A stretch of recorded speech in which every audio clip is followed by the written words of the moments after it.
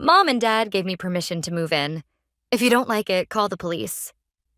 My older sister Hillary smirked provocatively. In front of me stretched a room in complete chaos. My once immaculate sanctuary was trampled on as if it were nothing. My name is Kate, and I'm 31 years old. I'm an interior designer who made her name in Miami. In my teens, I threw myself into the world I'd always dreamed of, worked relentlessly, and eventually built my own design firm. Now I design for South Florida's elite, steadily expanding my business. My success is embodied in my second home overlooking South Beach. It's a minimalist white space adorned with art and furniture collected from around the world, a sanctuary that fills me with endless inspiration. But I wasn't content to stop there. My next ambition was to expand to the West Coast, to Beverly Hills.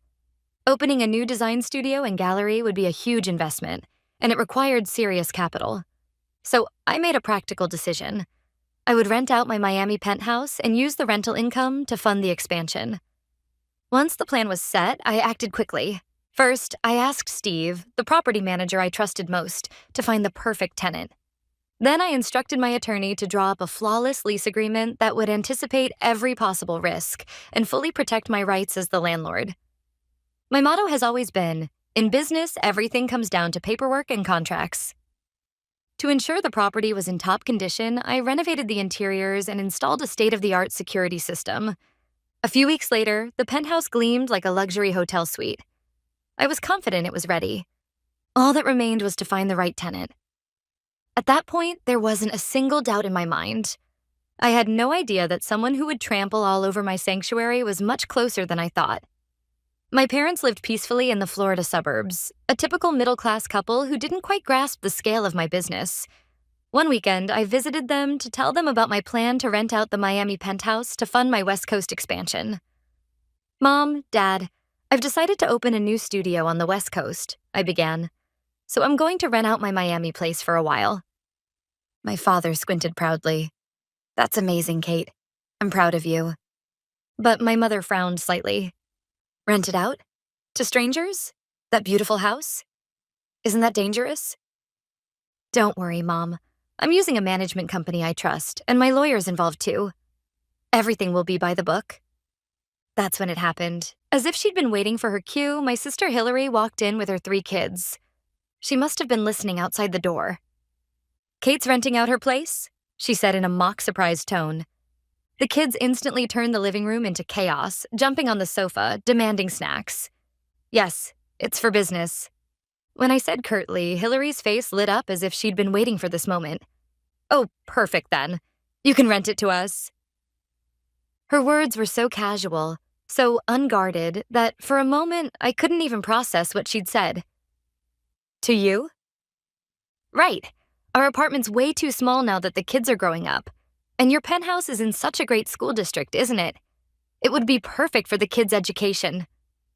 Her eyes sparkled with excitement. In her mind, the story was already written. She and her family would live in her little sister's luxury penthouse for free, while her kids enjoyed top-tier schools. I calmly, but firmly, brought her back to reality. Hillary, this is business. The rent is part of my investment plan. Hillary's eyes widened dramatically, as if she couldn't believe what she was hearing. Rent? You're seriously going to charge us rent? Her voice rang through the room, and even the kids stopped moving for a moment. My mother immediately took Hillary's side. Kate, how can you say that? Hillary's your only sister. And look at her, she's got all these children. You could at least help her out for a little while. Help her out? What do you mean? Mom, this is my property, my business. It's not a charity. My voice came out colder than I expected, even to myself. My father furrowed his brow, trying to mediate. Now, let's all calm down.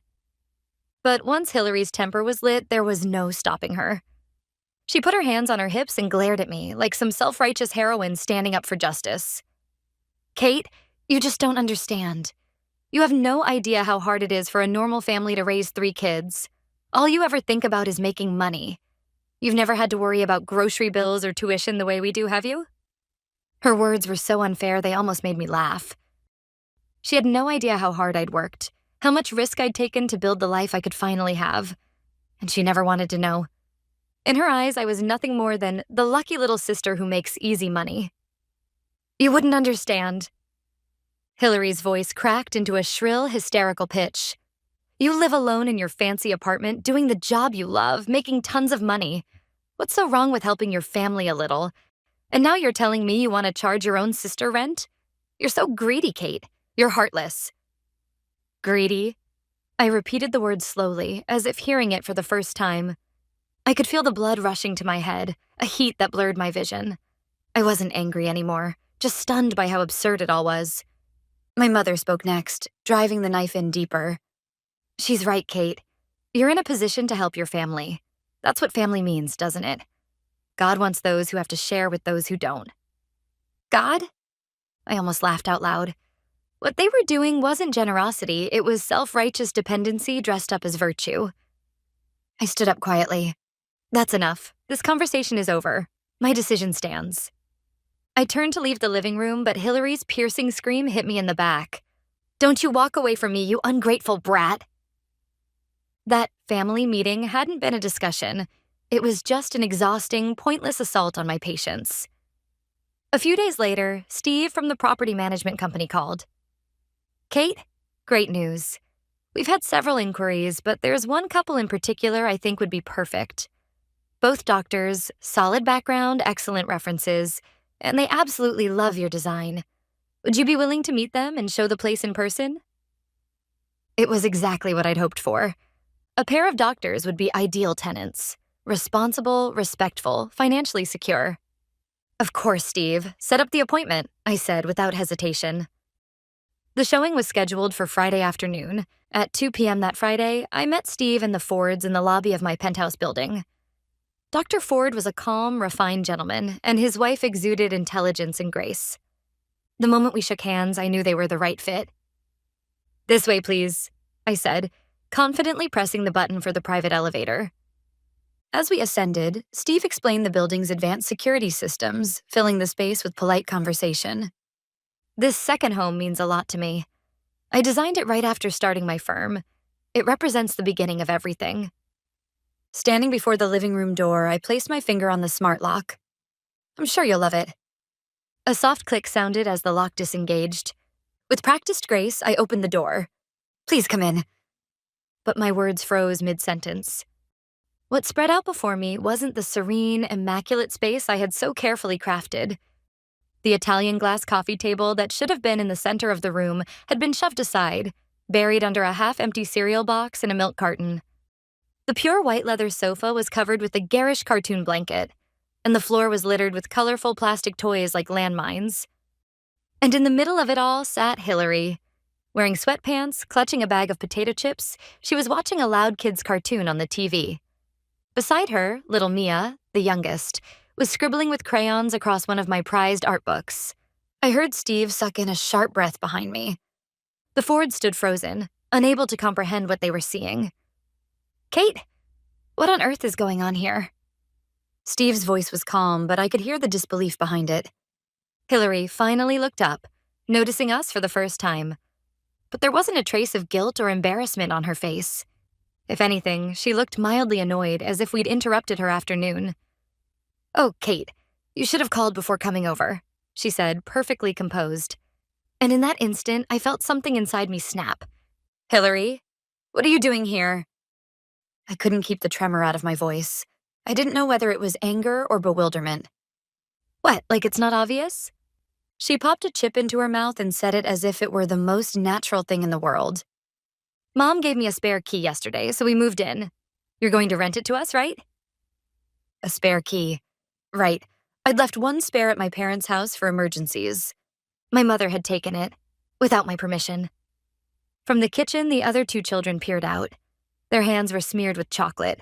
One of them was dragging my prized cashmere cushion across the floor. At that moment, Mrs. Ford spoke quietly. Steve, I think we should take our leave today. Her voice was cold, laced with disappointment and discomfort. Wait, Mrs. Ford, this is a mistake. I tried desperately to stop them, but it was already too late. Dr. Ford gave me a look of sympathetic but clear refusal. Yes, let's do that. Steve, we'll wait to hear from you, he said, and the couple quickly moved toward the elevator. The people who were supposed to be my ideal tenants had just become witnesses to the worst moment of my life. Steve turned ashen and said, "Kate, I'm so sorry, but I need to go back to the office and sort this out. I'll contact you later." Then he left as if fleeing. A storm of minutes passed. The living room was left with just me, Hillary, who kept watching cartoons as if it were someone else's problem, and the kids. The silence only amplified my anger. I turned slowly to Hillary. "Get out." "Huh? I can't hear you." She put a hand to her ear in an exaggerated act. I said, "Take your kids and get out of here right now." Hillary set the TV remote down and grinned. It was the most ugly smile I'd ever seen. "No. Mom told me it was okay to live here. This is our home now." Then she delivered the line that settled everything. "And if you don't like it, why don't you call the police? Go on, if you can." That provocative remark and her triumphant, twisted smile were the final trigger. Watching Hillary's smug expression, I felt an odd calm wash over me. My boiling point had long passed. Only an ice-cold resolve filled me. I stared into her eyes, reached slowly into my handbag, and took out my smartphone. "So, what did you just say again? You told me to call the police?" "Yes, I did. Like you'd ever actually do it. You'd never turn your own family into the police, would you?" Hillary still clearly believed I was bluffing. I ignored her and tapped the screen without hesitation. Then I dialed 3 numbers. 911. At that moment, the smile disappeared from Hillary's face. She shot up from the sofa and rushed toward me, panic-stricken. "Wait, are you serious? Don't—" I didn't move. On the other end of the line, a calm operator's voice answered. 911, is this an emergency?" "Yes, it's an emergency." I kept my eyes on my sister as I spoke clearly. "There is an unlawful entry. My second home in Miami, South Beach, has been entered without permission by multiple people. They're refusing to leave. They are not armed." While the operator confirmed my name and the address, Hillary tried to grab my arm. I shook her off. "Please, Kate, stop. Say you're joking." Her confident tone was gone and replaced by a pathetic tremor. The children, sensing something was very wrong, began to cry. "The unit number is 2501. I will be waiting in the building lobby for the officers," I told the operator, then ended the call. I stood before frozen Hillary and said quietly, "You told me to call the police, so I did. This is no longer a family matter, it's a legal one." I turned on my heel and left the room behind, the sound of crying children and Hillary's shrill screams echoing after me. My hands trembled slightly as the elevator descended to the lobby, but there wasn't a trace of regret in me. I sat on a leather sofa and waited. About 10 minutes passed. There were no sirens, only the quiet swish of the automatic doors opening as 2 solidly built police officers stepped into the lobby.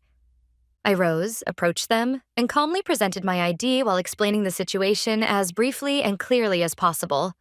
They listened in silence.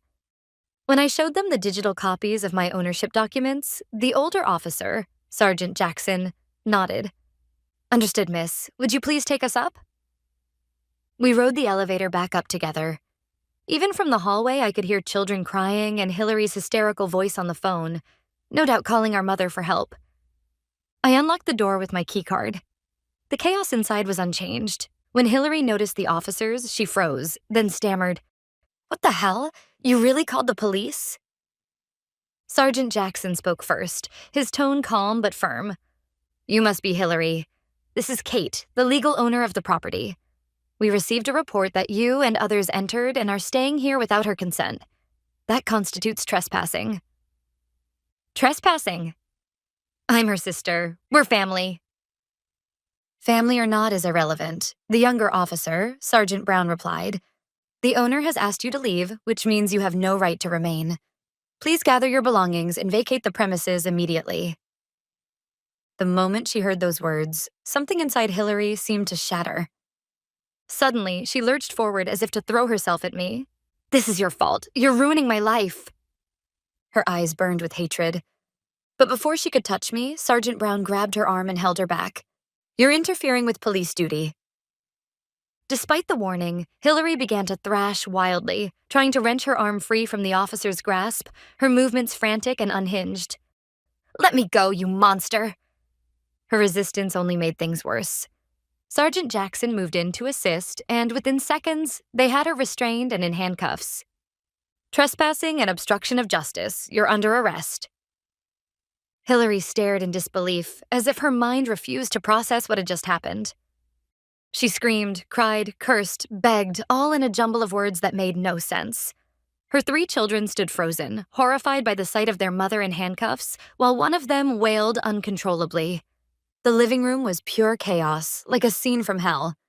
I simply watched in silence. I felt no sympathy, no pity, only a cold certainty that this was inevitable. She had sown this herself. As the officers were about to lead Hillary out, my phone rang sharply. The display read, "Mom." I didn't need to answer to know what the call was about. I pressed accept and switched to speaker mode. "Kate, what have you done? Hillary said that the police—" "Oh my God." My mother's panicked voice filled the room. I looked straight at Hillary, dazed and handcuffed, and answered quietly but firmly. "I just did what Hillary told me to do." She said, "If you don't like it, call the police." So I did. This wouldn't have happened if you hadn't given her the spare key without my permission. "What? Are you blaming me now? You just abandon your sister when she's in trouble?" "She's 38, Mom. A grown woman, a mother of 3. She's responsible for her own actions. And you may have meant well, but look at what that kindness led to. You turned your daughter into a criminal." I could hear my mother gasp on the other end of the line. Hillary stared at me, her face drained of color, eyes wide with despair as the officers flanked her. "You will never again step into my life or touch my property without permission. From now on, you and Dad will take full responsibility for Hillary and her children. Our little family game is over." I ended the call. Turning to Sergeant Jackson, I said calmly, "My parents will come to pick up the children right away. Here's their number." I handed him the contact information. The officers nodded and escorted Hillary out of the apartment. When they were gone, only the children's confused, frightened cries echoed through the room. I knelt down and spoke to them as gently as I could. "It's okay now. You don't have to be scared. Grandma's coming to get you soon." Mia was still sobbing at my feet. All I could do was gently stroke her trembling back in silence. They weren't to blame. Their only crime was being born to a foolish mother. About 30 minutes later, my parents arrived, pale and breathless. My mother rushed to the children, gathering them in her arms as they cried. My father stood frozen, his gaze shifting between the wrecked living room and my face. Anger, disappointment, and perhaps a flicker of fear clouded his expression. "Kate, what have you done?" His voice was thin, as though forced out through clenched teeth. "What have I done? I protected what belongs to me, according to the law," I replied evenly. "What's wrong with calling the police on trespassers?" "They're your family." "I've heard that word enough for a lifetime." I cut him off. "Have you ever once stopped to think about how much I've had to sacrifice for your so-called family? Hillary became the way she is because you both enabled her, spoiled her, protected her from consequences, taught her that everyone else would clean up her messes. This ends now. You'll take the children. You can also pay for her lawyer." My mother glared at me over the children's heads, her eyes full of hatred. "You're no daughter of ours." The words should have pierced my heart like a blade, but strangely there was no pain. Instead, I felt something close to relief, as if a heavy chain I'd been dragging for years had finally snapped. "You're probably right," I said quietly. Then I turned my back on them. My parents hurried out, shepherding the children toward the door. It closed behind them. Silence, real, absolute silence, settled over the room. I stood there for a long moment, staring at the chaos they'd left behind. Toys scattered across the floor, chocolate stains on the sofa, crinkled candy wrappers tossed carelessly around. It looked like the remains of a sickness finally purged, the rot that had festered inside something called family. That very day, I called a locksmith and had every lock in the house changed. I would make certain they could never set foot in this sanctuary again. Then I took out a stack of garbage bags and began to throw everything away. Every toy, every piece of clothing, every trace of them. The next morning, I called David, the property manager. He sounded mortified over the phone. "Kate, I can't apologize enough for what happened yesterday.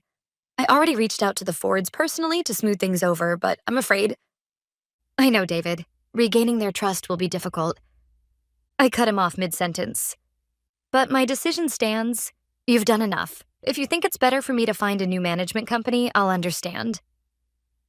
Absolutely not, he said, his tone firm. Kate, your composure yesterday was admirable. I won't lose a client like you over something like this. Please, let me handle it. I'll find you the perfect tenants this time, and I'll take full responsibility. His professional, steady words brought me a small sense of relief. There were still people in this world who valued reason, who respected contracts and boundaries. And that small fact soothed the raw edges of a heart scraped open by family. From there, I moved quickly. Within a week, I flew to Beverly Hills to finalize the lease on a property I'd chosen for my new studio and gallery. I had more than enough capital to move forward without relying on the rental income from Miami. It was proof that I could stand on my own, that I didn't need anyone. A few weeks later, I was in my new office in Beverly Hills, sitting with the design team and discussing the interior plans, when my phone rang. It was David again, his voice alive with excitement. Kate, we did it. I found the perfect tenants. He explained that the new renters were a couple from France, executives at a tech firm who had just relocated. They loved the house at first sight and offered to pay 1.2 times the market rate, 2 years in advance. Steady income, a flourishing business on the West Coast. And above all, freedom. Freedom from being drained, manipulated, or guilted into servitude. Everything I had fought for, everything I had ever wanted, was finally mine. About 6 months had passed since my new life in Beverly Hills had found its rhythm. One afternoon, I received an international call. The name flashing on the screen was Aunt Diane, calling from Italy. Among all my relatives, she had always been the most thoughtful, a woman who had built her own independent life in Europe long before it became fashionable. She was the only one in the family I truly respected. Kate, darling, how are you? I saw your new studio in a magazine. It looks absolutely stunning. It had been a long time since I'd heard her bright, lively voice. After a few minutes of polite small talk, her tone softened, almost hesitant. I heard a little about what happened in Miami. You must have been through a lot. It's over now, Aunt Diane, I said, keeping my voice steady. I know, but would you listen for a moment? It's about Hillary. According to her, Hillary had avoided formal charges. Prosecution was suspended, given it was her first offense and she had young children. Still, her life never truly recovered. The story of what happened spread quickly through the family. Relatives who had always lent her money or offered help quietly pulled away once they learned the truth, that the police had been involved, and that it was her own selfishness that caused it all. No one's willing to step in for them anymore, Aunt Diane said gently. Apparently, even her landlord had heard about the incident. After complaints from neighbors, her lease renewal was refused.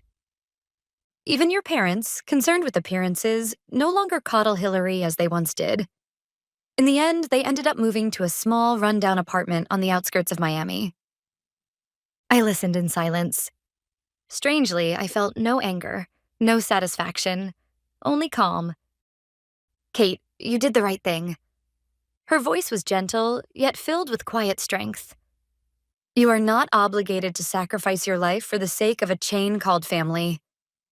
You have every right to protect your happiness, to build a life that's truly yours. Don't ever forget that. Maybe those were the words I had been waiting all my life to hear.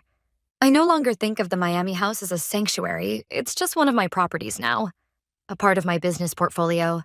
My real sanctuary lies within me, a place no one can invade or claim. Blood alone does not make a family. True family is made of those who respect your life and stand beside you, not on top of you.